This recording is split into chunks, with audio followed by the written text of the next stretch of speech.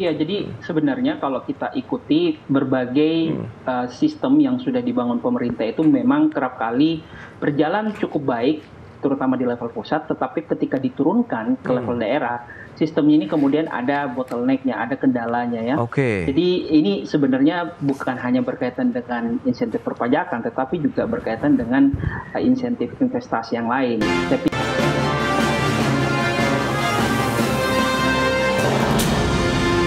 Ya, pemerintah mengalokasikan belanja insentif perpajakan untuk sektor industri pengolahan sebesar 141,7 triliun rupiah dalam RAPBN tahun 2026. Angka ini meningkat 3,3% dari alokasi di tahun 2025. Belanja perpajakan untuk industri pengolahan atau manufaktur terus meningkat dalam 5 tahun terakhir.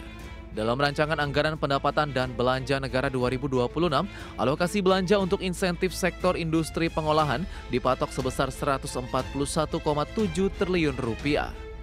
Jumlah ini naik 3,3% dibandingkan proyeksi pada 2025 yang sebesar 137,2 triliun rupiah. Dengan demikian, industri manufaktur menjadi sektor penerima manfaat belanja perpajakan terbesar dalam 5 tahun terakhir.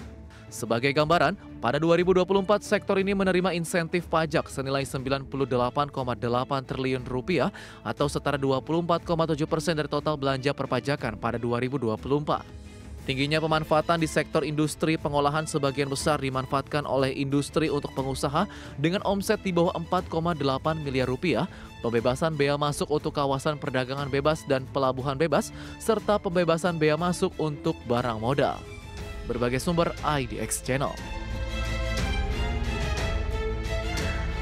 Ya, pemirsa, untuk membahas tema kita kali ini terkait dengan optimalisasi belanja insentif manufaktur 141,7 triliun rupiah di tahun 2026. Kita sudah tersambung melalui Zoom bersama dengan Bapak Fajar Budiono. Beliau adalah Sekjen Asosiasi Industri Aromatik, Olefin dan Plastik Indonesia. Kemudian sudah bergabung juga ada Mas Sufrendi Manilet, peneliti ekonomi Core Indonesia. Langsung saja kita sapa ini. Halo Pak Fajar, apa kabar Pak?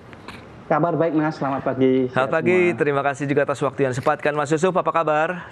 Kabar baik Mas Pras. Baik, terima kasih atas waktu yang disempatkan. Dan sebelum membahas lebih jauh, mungkin dari si pelaku industri manufaktur, Pak Fajar mungkin bisa menyampaikan terlebih dahulu seperti apa sih review kebijakan-kebijakan insentif yang sudah diberikan oleh pemerintah, khususnya untuk industri pengolahan ataupun manufaktur di dalam negeri ini, Pak.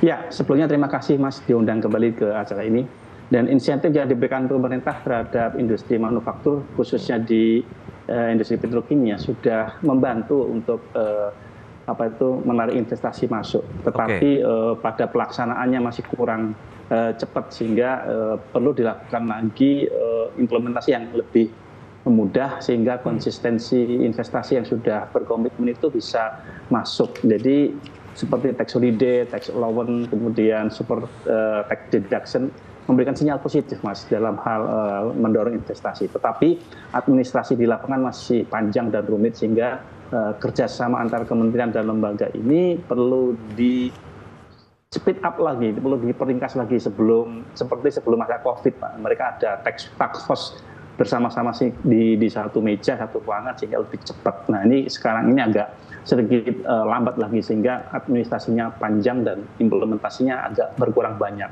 Begitu, Mas. Baik, menarik kalau kita cermati ini terkait dengan administrasi, berarti ada birokrasi di sana, Pak Fajar. Ini seperti apa, Pak, kendalanya?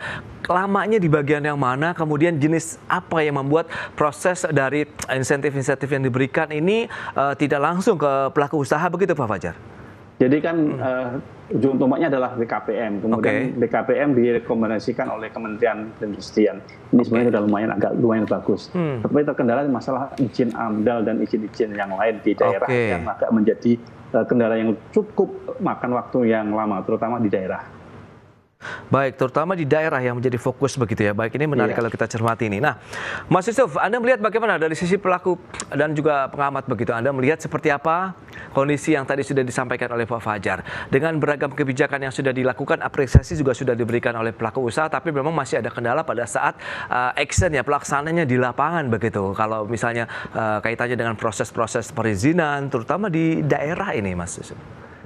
Ya, jadi sebenarnya kalau kita ikuti berbagai sistem yang sudah dibangun pemerintah itu memang kerap kali berjalan cukup baik, terutama di level pusat, tetapi ketika diturunkan ke level daerah, sistemnya ini kemudian ada bottleneck-nya, ada kendalanya ya. Oke. Jadi ini sebenarnya bukan hanya berkaitan dengan insentif perpajakan, tetapi juga berkaitan dengan insentif investasi yang lain. Saya pikir pemerintah memang punya pekerjaan rumah dalam konteks mengkonsolidasikan kebijakan di level pusat dan juga daerah. Karena kalau kita ikuti beberapa kebijakan yang sudah pernah dilakukan pemerintah baik di tahun ini maupun di pemerintahan sebelumnya, kerap kali kebijakan yang sudah diketok palu di level pusat kemudian itu akan cukup menantang gitu ya kalau seandainya koordinasinya sudah mulai melibatkan pemerintah daerah, karena memang proses perizinannya akan relatif membutuhkan waktu yang lebih lama.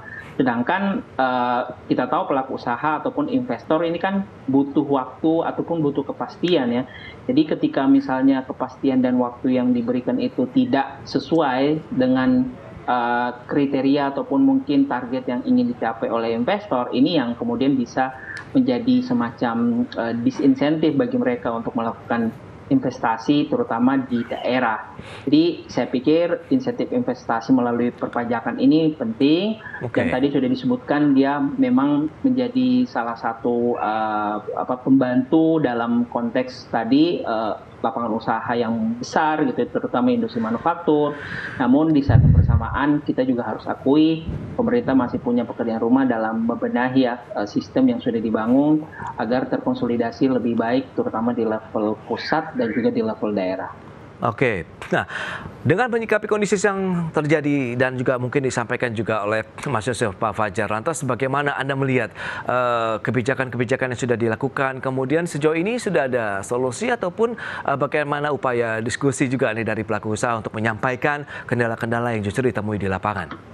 Ya, kita terus koordinasi dengan BKPM, kemudian Kementerian Perindustrian dan Pemda atau pemerintah daerah setempat ya. Jadi terus selalu kita update kendala-kendala yang kami hadapi, dan di daerah ini ternyata juga tidak mudah karena di daerah ini kan pemahamannya itu tidak 100% seperti apa yang digariskan ke pusat ke daerah, sehingga rasa memiliki untuk satu proyek itu dibangun di daerah tersebut dipandang sebagai satu pendapatan tambahan bagi masyarakat sekitar atau ormas-ormas sekitar, sehingga kami juga kesadaran social mapping itu juga penting sekali.